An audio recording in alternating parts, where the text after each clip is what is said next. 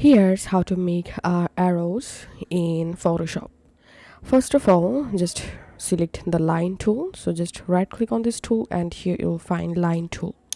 Select line tool and then make sure to disable fill and select stroke color. I'm selecting black color and click here and select width for the line or arrow and click on the settings icon and make sure to enable here end and width give 100 and length 100.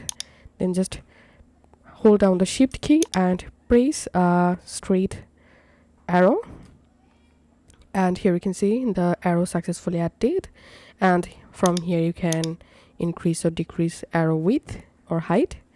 And now let's add some shadow to these arrows. So just double clicking on these layer and here clicking on drop shadow, and here you can go ahead and customize the shadow. Click on OK and now click on edit and here define brush preset and give here the brush name and click on OK, and you have successfully added the arrow in your brush.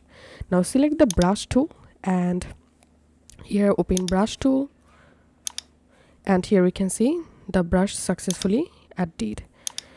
Now as you can see my brush tool selected and here we can see the arrow. Now you can easily add arrow using this brush tool.